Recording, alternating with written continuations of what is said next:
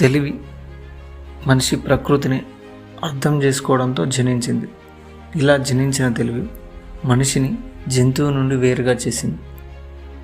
అలాగే మనిషి జీవితంలో ఎదురయ్యే ప్రతి సమస్యను, ఇబ్బందులను ఎదుర్కొని నిలబడే ధైర్యాన్ని ఇచ్చింది.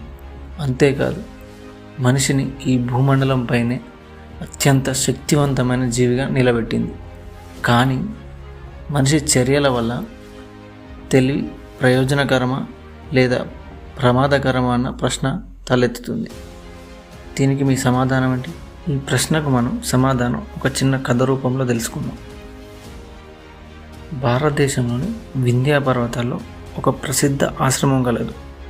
ఇది ప్రపంచంలోనే ఉన్నత విద్యను అందించే విద్యా కేంద్రంగా పేరుగాంచింది. ఈ ఆశ్రమానికి పక్కనే అస్మక్ అనే రాజ్యం ఉంది. ఆ రాజ్యం నుండి బలినందుడు, శ్రీనాథుడు అనే ఇద్దరు యువకులు విద్యను అభ్యసించడం కోసం అందులో చేరారు.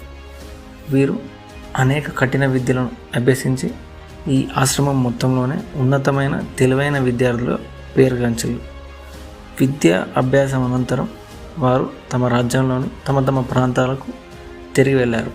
కొంతకాలం తర్వాత ఒకరోజు ఒక ఏనుగుల గుంపు ఊరిపై పడి ఇండ్లను, పంట పొలాలను ధ్వంసం చేస్తూ ఆపాలని ప్రయత్నించిన ప్రజలను సైతం తొక్కుకుంటూ పోతున్నాయి.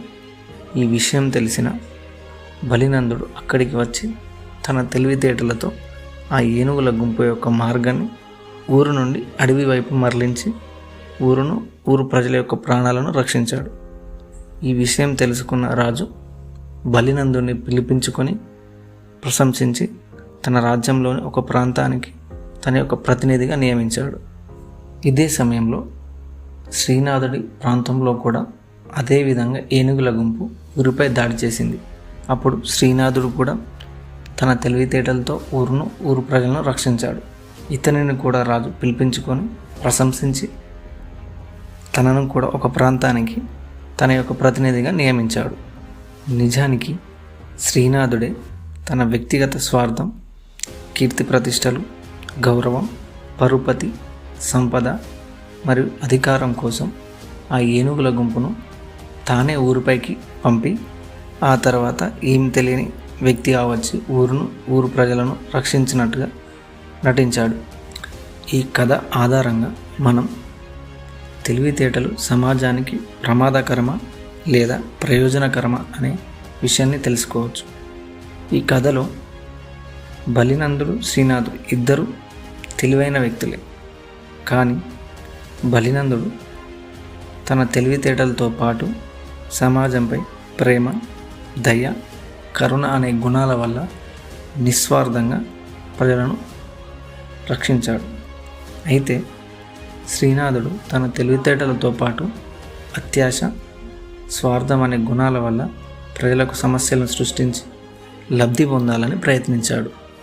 దీనిని బట్టి అర్థమయ్యేది ఏంటంటే ప్రజల పట్ల ప్రేమ, దయ, కరుణ కలిగిన తెలివి సమాజాన్ని ముందుకు నడిపిస్తే స్వార్థంతో కూడిన తెలివి సమాజాన్ని నాశనం వైపు నడిపిస్తుంది.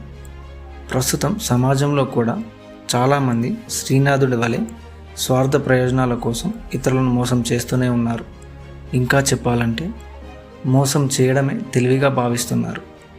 ఎంత ఎక్కువ మందిని మోసం చేస్తే అంత ఎక్కువ తెలివైన వారిమని తమకు తామే అనుకుంటున్నారు.